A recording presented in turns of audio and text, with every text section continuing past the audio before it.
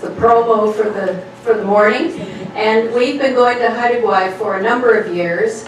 And because of interest in the Haida art form, we have a 2-day start or end to our sailing on Haida Gwaii. And so I meet the passengers in Vancouver, so I thought I'd show you their harbor. This is just off Granville Island. And we meet in a hotel that's quite an interesting place in downtown Vancouver. It's called Swatch Eyes, and it's a project of the city of Vancouver, and it is set up to help First Nations who are in the downtown area. It's a live-work space for them, as well as 18 fantastic hotel rooms. And they, in turn, have the rooms, and this is the outside of the hotel. It's sort of just not too far from Gastown and Chinatown. And this is the outside of the hotel with a fabulous totem and another image there. And up on the rooftop, they have smudging. Have you been, sir? Yes. Yeah. Did you do the smudge? Yes. Great, great. So this little hut that you see has a fire pit in the bottom, and then they cover it with lots and lots of blankets, and you go in with an elder or with a First Nations person. I hope that happened for you, did it? Yes. And then just to the right of it is a beautiful waterfall. So that's up on the rooftop, and there's kind of a quiet room where you can meet with the elder and kind of have a discussion about their nature and culture and all of that. And every room in the hotel, all 18 rooms, have original art done by the artists that have lived or worked in the area. So this was in one of the rooms I've stayed in. It's very interesting skeletal piece, and then all kinds of bead work done within the bear and the other drum. And this was opposite my bed, and it didn't give me nightmares. And this is a stairwell coming up from the main floor, and so it's like a 2-level room. Every room is unique and quite beautiful. Every time we meet, we have a special dinner. They used to have a dining room, they just do breakfast now, but they bring in a special chef for me, and we have a First Nations dinner. And this was the group a couple of years ago. You'll see the young man in yellow there. We are participating quite often in Toronto in various events, and this young man ran to the top of the CN Tower, and when he came down, he was able to put his name in all the little baskets at the bottom, and he won a trip with us. So we took he and his wife that time. So, his mother, correct. Sorry, not his wife. No, thank you. Thank you. This is our elder and myself. He comes each time. He's a gentleman who works in the hospitals with First Nations. I would call him a social worker, an elder. He talks about the program and what it does for these people within Vancouver. And he also sings and drums for us and has a beautiful prayer that he shares with us. And he's just a delight to spend time with. This is the dining room. As you can see, it's beautifully set with the artwork by the artists. And this long table has this at the end. It's a carving. It's just a magnificent piece of art. The next morning, I have a gentleman who comes and picks us up in a van, and we go off to the Museum of Anthropology. It's one of the best places in Canada to learn about the First Nations, especially the ones on the West Coast, but they have other forms of art. And the wonderful part at the Museum of Anthropology is their collection is all available for you to look at. It's not put away in a basement. It's in drawers, and you can pull them out, have a look at them. And this is the entranceway. This is Susan Point's beautiful inlay work in going into the entrance. The Museum of Anthropology is a Musqueam territory, and Susan Point is a very fine artist, and she is Musqueam. She does work like this. She also does beautiful glass work and she's a printmaker as well. This tells you a little bit more about the Musqueam, and you'll see in English and in their language in the middle, and then in brackets Musqueam. That just tells you a little bit more about the stone inlay work that she has created for the museum. It's really important now, and I think most of us, when we begin an event, if we're on their territory, any of our First Nations, we acknowledge that it is their territory. And then we go into the museum. This is in the central portion of it. You'll see the glass windows over at the side. Some of you probably will remember it was built and designed by Arthur Erickson. Most times I'm there are pails. Arthur was an architect of some repute, but his buildings aren't always waterproof, so there's often a pail catching the drips. These bowls on the side to the right are feasting bowls. They pull those out during a feast, and you'll see big ladles. Those would have been the communal food bowls for their feast.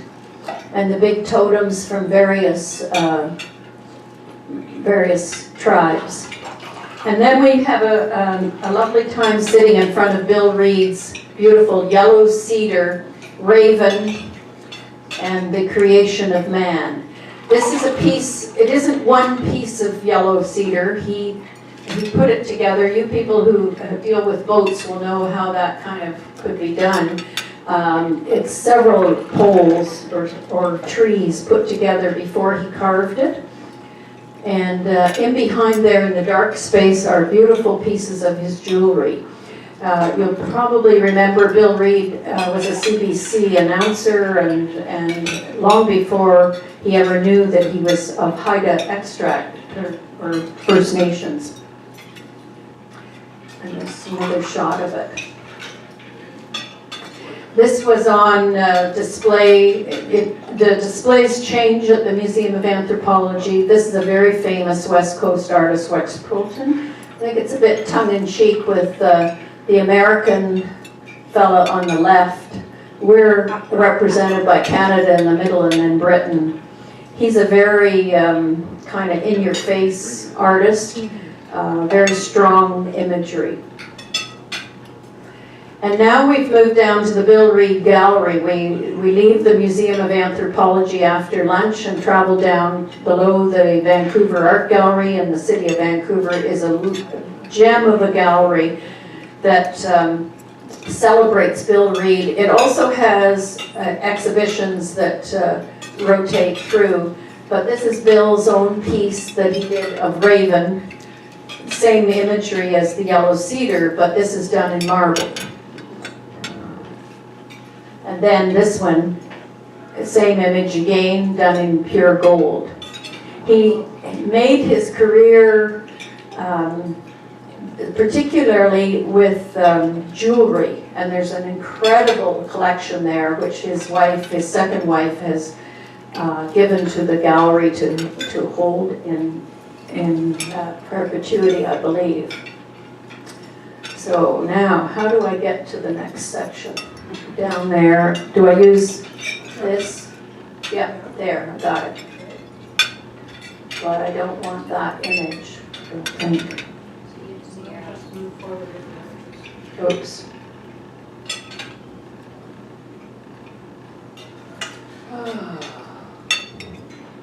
Technology.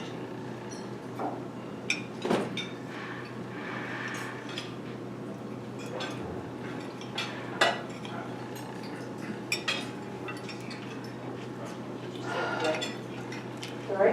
Did she say slave? No, I want to go to Moresby. How do I get to the beginning of it? Do you know? Well, I'll just click through. I'm sorry about this. I'm not techie. Okay.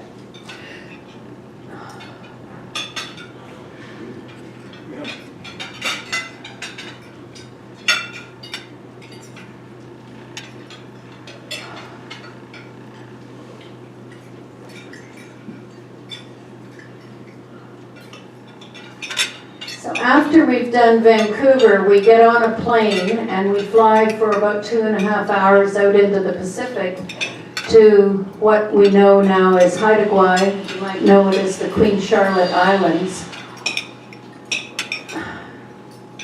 I don't know how to get to the beginning of it.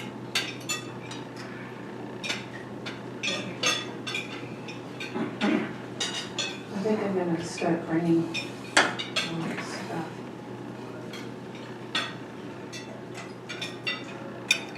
I have to just go through the front. That's not the first slide.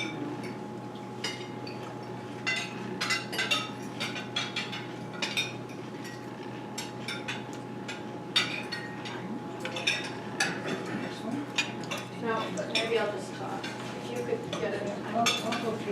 Okay, I'm going to just talk while she tries to find the first one. Since you're all sailors, I thought you'd be interested to know that the boat we are on, I sail on it. So, what is it going to be?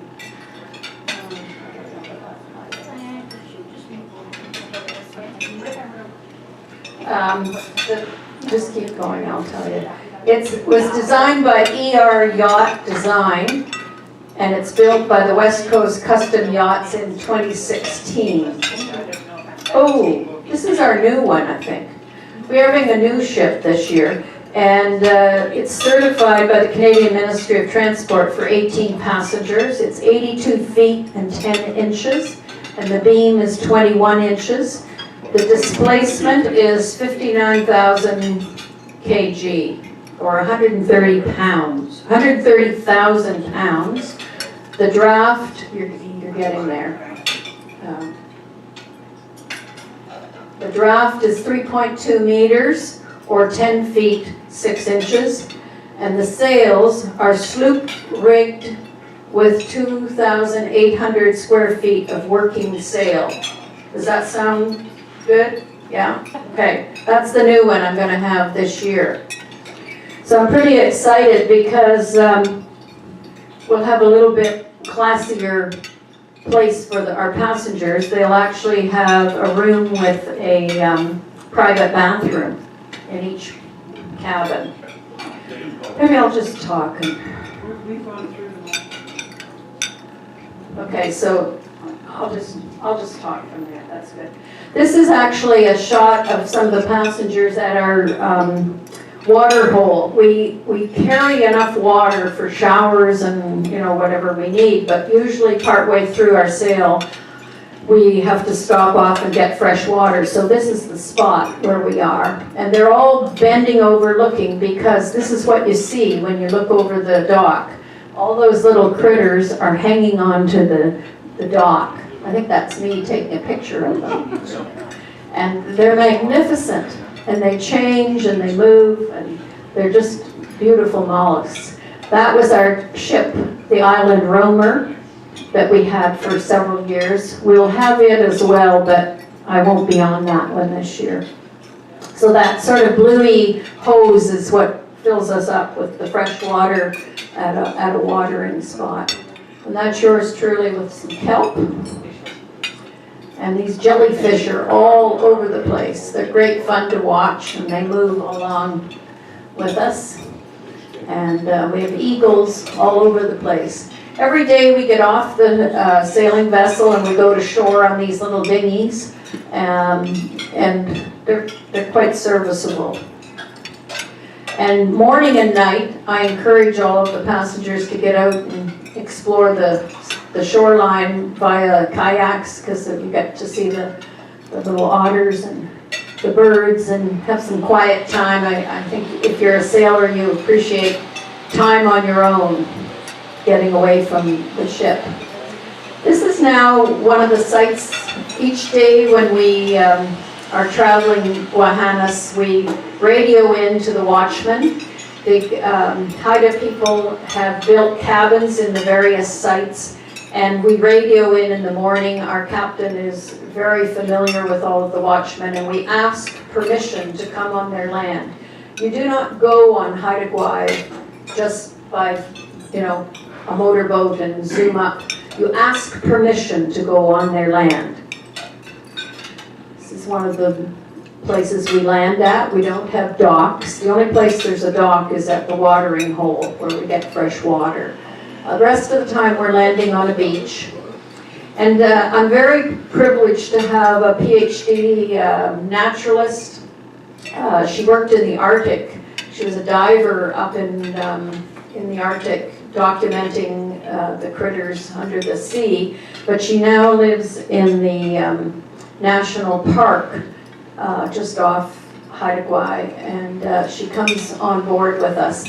And we keep track of what we see every day, and she's quite a good artist, and she does this, and sometimes some of us help her, and we keep track of everything we see, and it's absolutely incredible. I got a list after this past summer's voyage, and it was hundreds and hundreds of plants and fish and everything that we see every day. And this was an incredible shot. My partner Bert was with me 2 years ago, and he took this great shot of a whale. We followed these guys around in this bay for about 2 hours, and then he was able to get those shots. And that's just one of the beautiful scenes. Every day it's like this, just wide open spaces, beautiful sky. Doesn't matter, we don't have much rain usually. We're out there in July, so the weather's pretty good. I haven't had a storm yet while I've been out there. Lots of eagles. Oh gosh. How do I do it?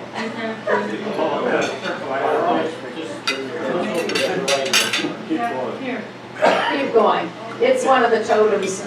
Oh.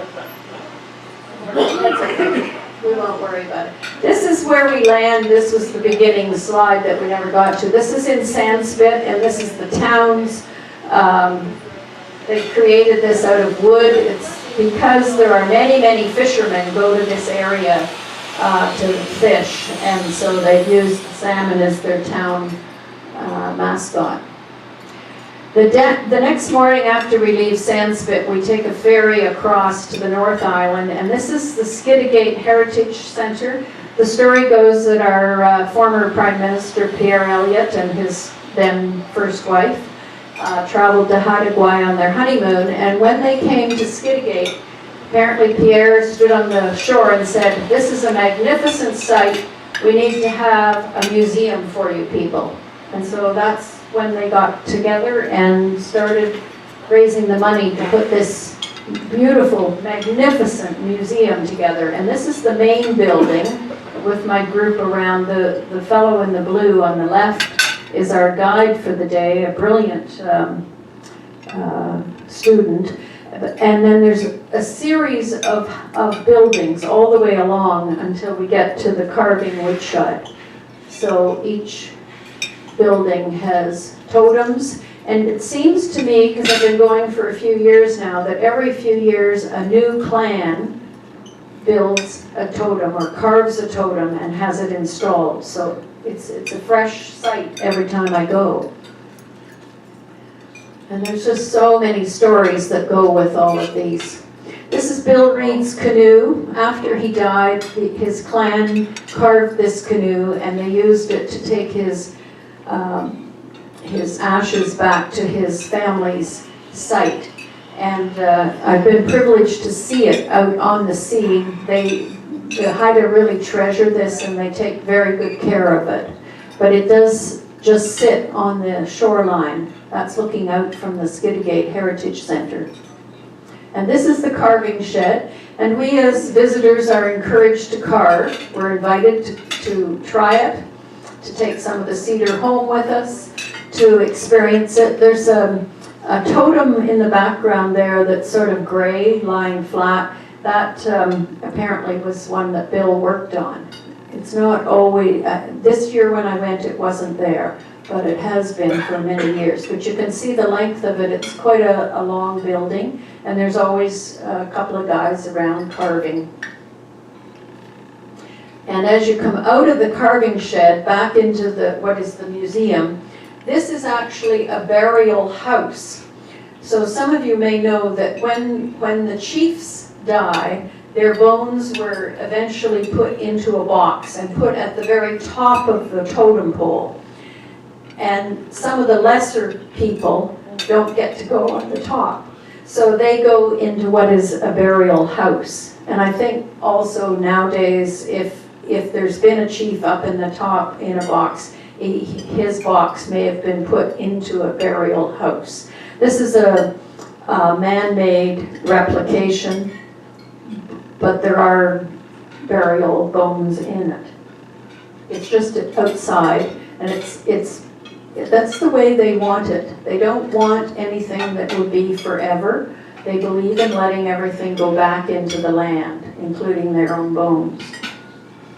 This is a particularly famous geological rock called Balance Rock. I'm told kids try to put firecrackers and explosives under it, but it's never been able to be moved. It's from the last ice age. And we go from the Skidegate Heritage Center up to a private home for lunch. And everything we eat is from the land, whether it be fish oil on the top of a soup, the greens, everything is collected from the land and made for us by one family. And that's us just enjoying the scene at the Balance Rock. Somebody asked me the age of our passengers. They tend to be all ages, because you could see we had that young boy with us one year, but they're often family members come together on board.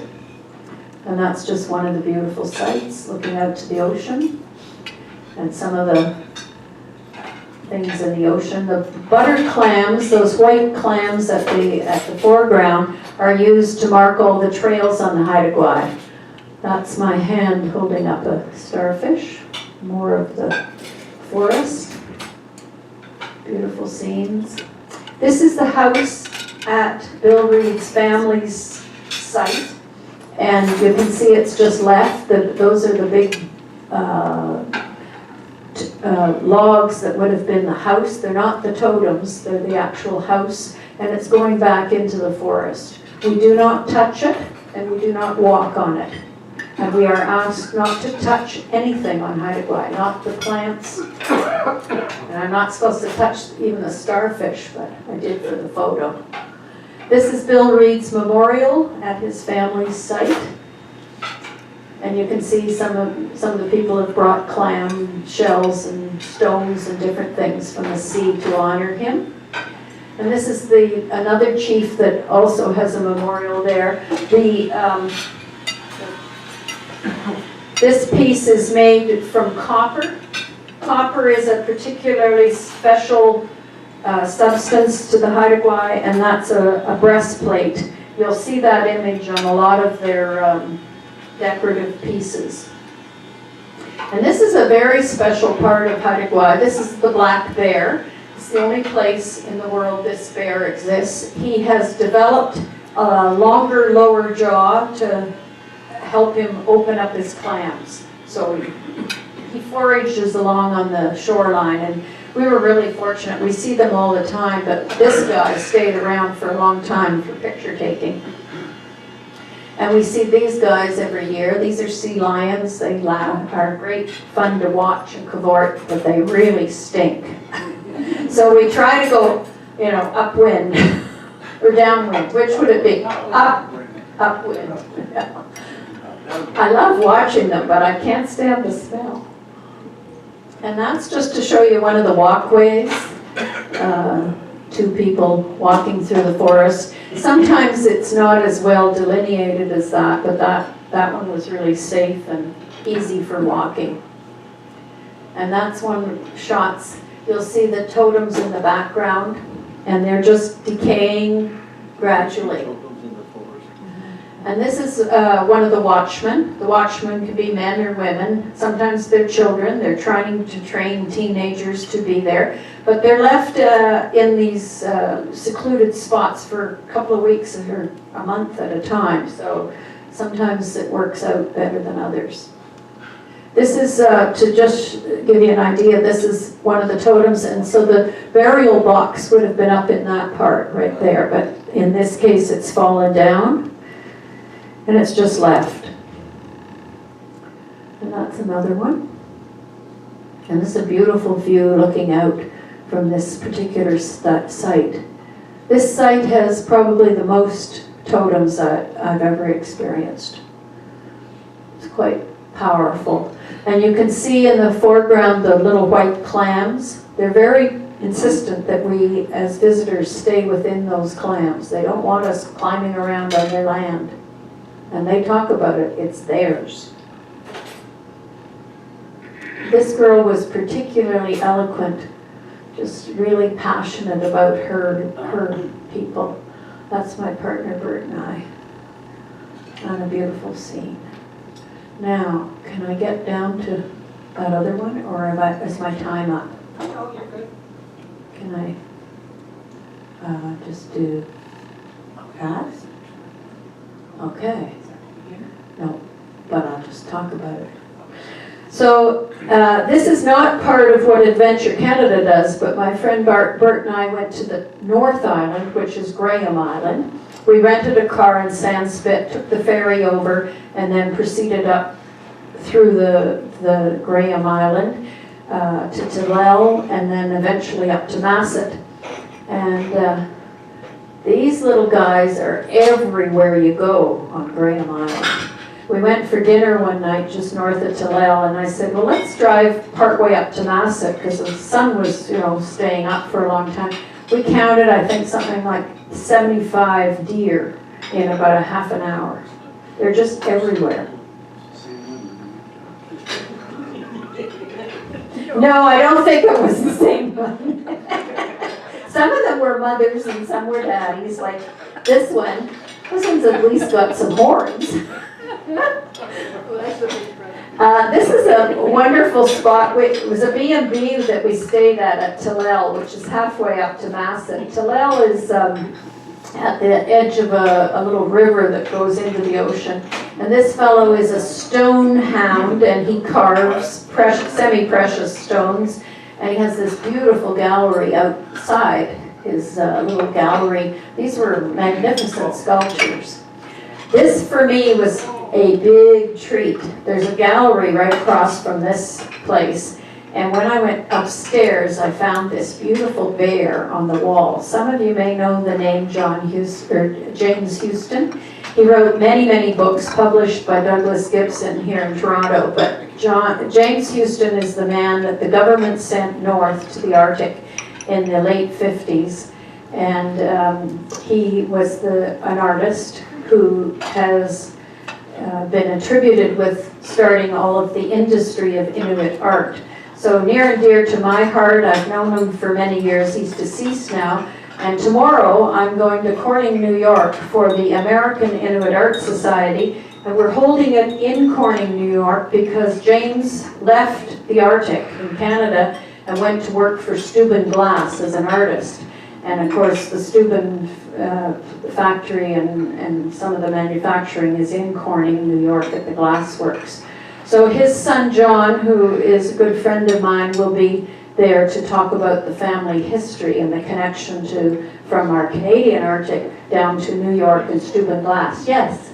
If you want to read a really good book, it's called Zigzag. Yeah. And it's written by Houston, and it's about his life, and the book is a zigzag. It isn't necessarily chronological, but it's an excellent book to read. He was quite a raconteur. I knew him very well.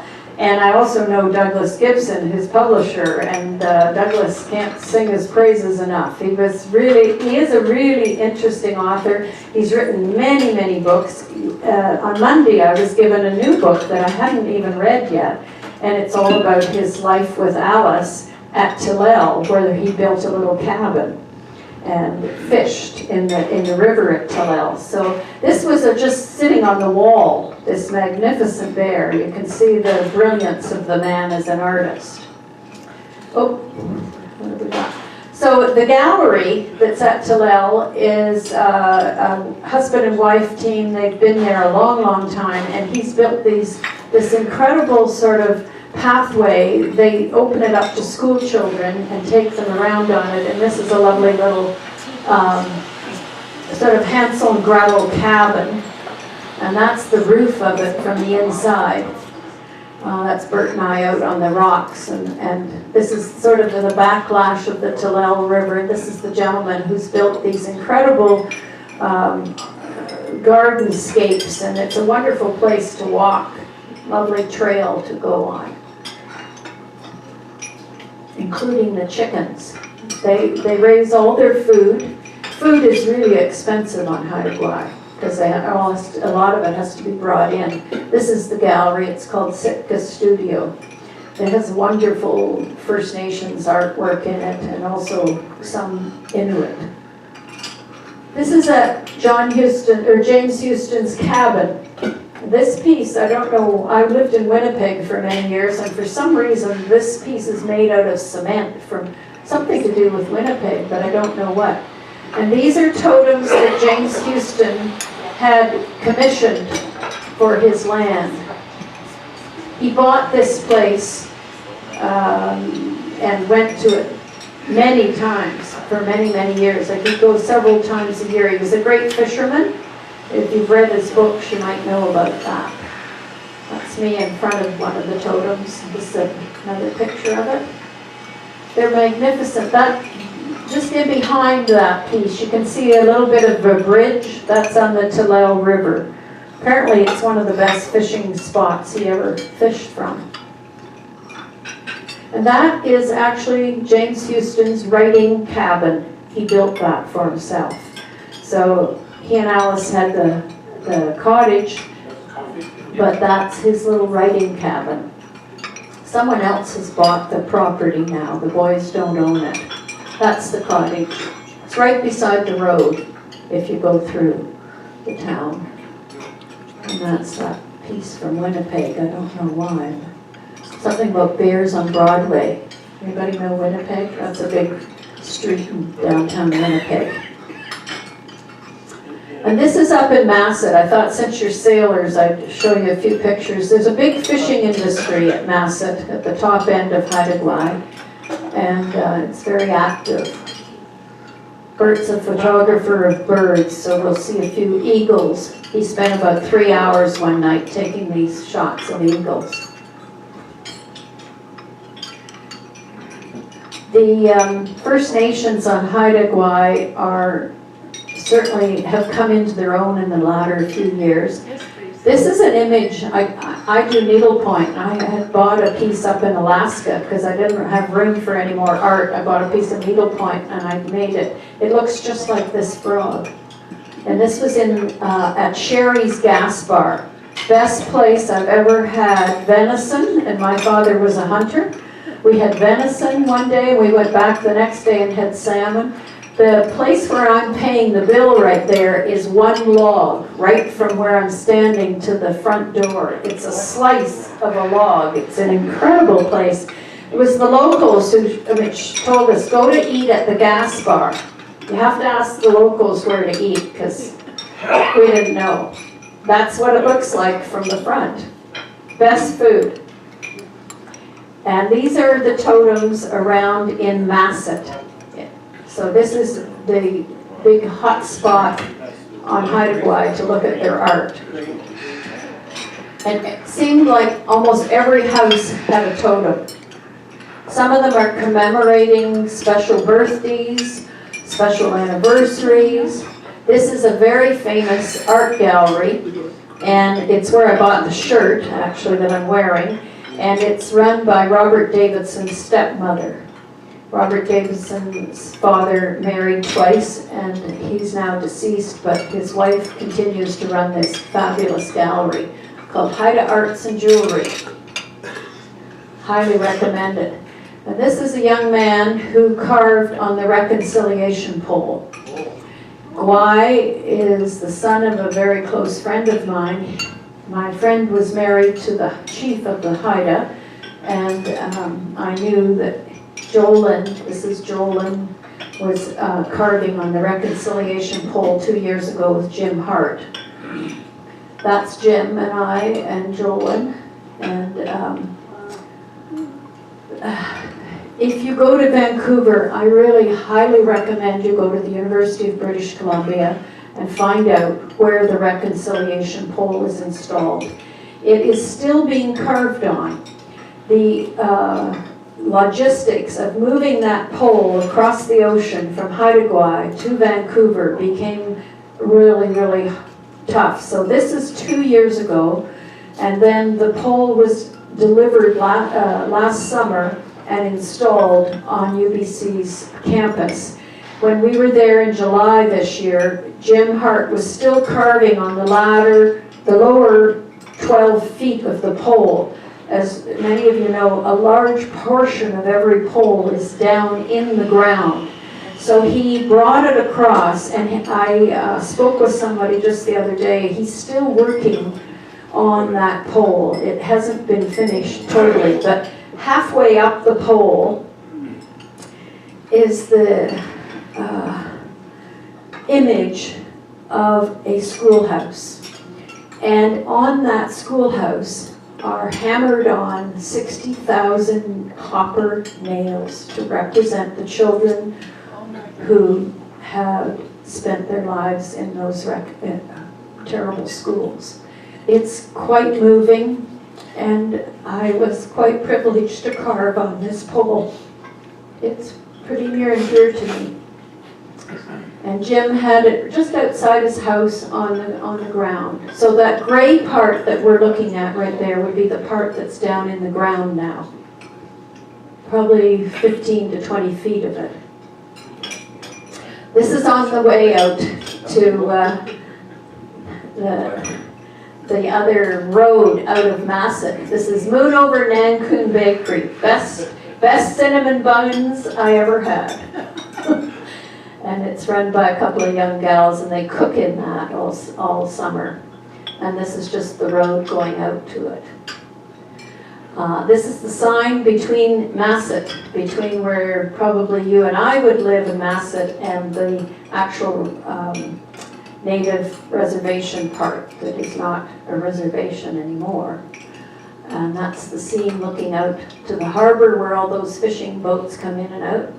That's the B&B that we stayed at partway along, and that's waiting for the bus to go to Massett. Don't you love it? It's a piece of stone, actually. I thought it'd be carving, but it's actual cement.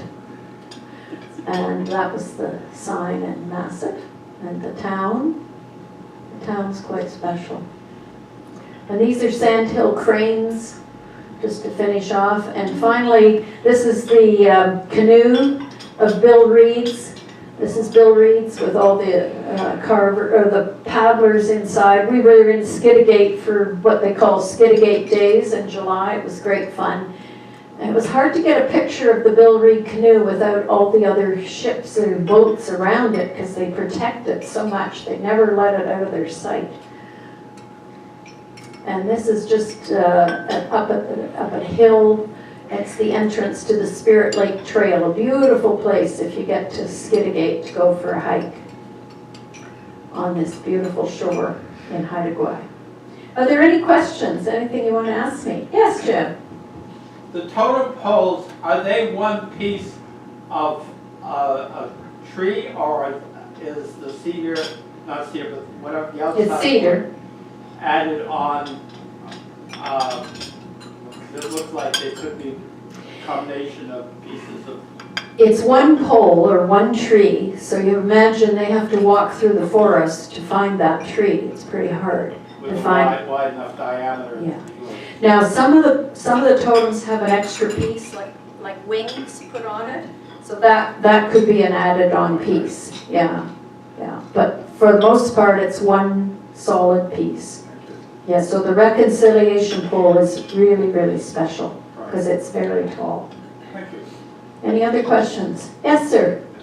All the totem poles seem to be the same height. Is that right? No, they're all different. They may look the same height in the picture, but they can be different. And depending on the skill of the carver and also the accessibility for him to go and find that tree. It's not like, you know, the forests are very dense. So where the watchmen are, where the sites are, They have pathways for us to walk through. If you go off those pathways, it's dense, dense forest. It's fascinating to see totem poles in a forest. Yes, yeah. Is Yes. there always just one person that does their own totem pole, or do they all take turns working on a totem pole?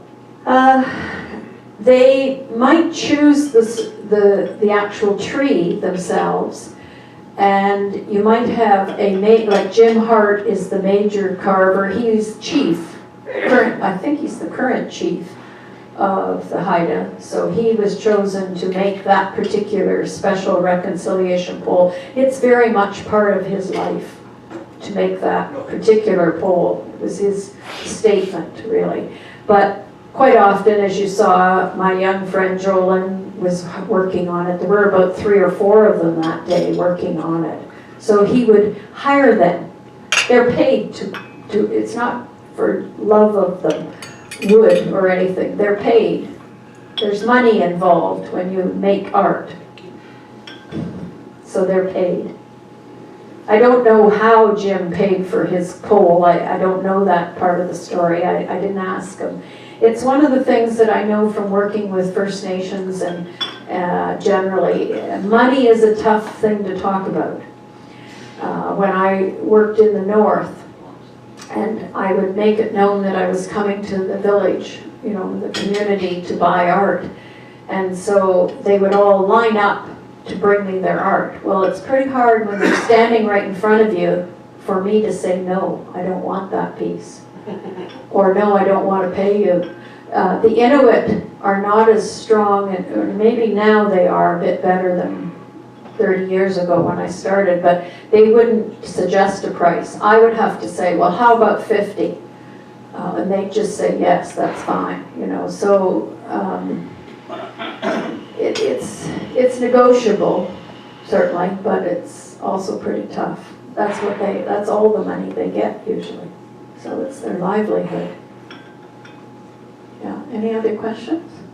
Well, thank you very much. It's been a pleasure. Oh, sorry, yes. Can you speak about why the whole idea of allowing the totems to just deteriorate and buildings and all of that? The questions about why do they just let everything deteriorate? I think it has to do with their love of the land and not needing to make memorials like we do, like they don't celebrate their history of fighting and make memorials to their soldiers. That's not part of their culture. It has to do with the way they think of time passing through. So you're here on this earth for a short time, and then you're not. And then you go back to the earth. And you go back. So that's why they allow them to deteriorate, and why now, even though we're experiencing their villages and we love being on the land and with them, but it is very much a spiritual experience for me every time I'm with them, especially when I'm on their land. Does that cover it? Okay. I'd just like to say thank you, and I don't know about the rest of you, but I'm going. Absolutely must see. That's part of our country, and it certainly offers so much heritage. And you choked me right up with the reconciliation totem pole. Hard to think about it. And so I have a little token of appreciation for speaking to us. And please give Heather just a lovely round of applause. That was so nice.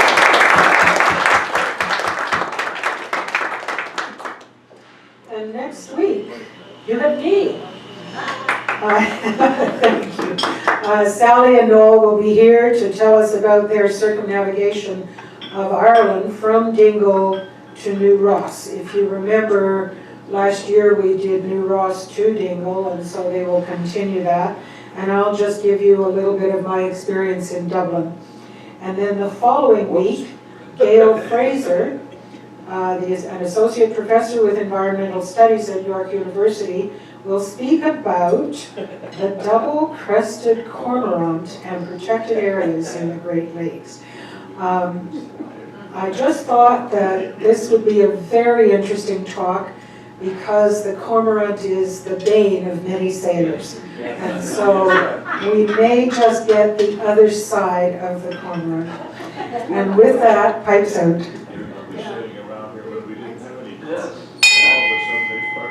Thank you. Good job.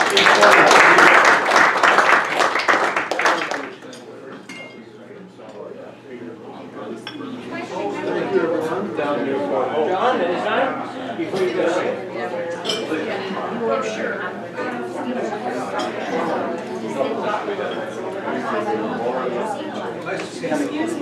Excuse me, just before you go, Heather has set up a little display over on the table if you want to take a look before you go.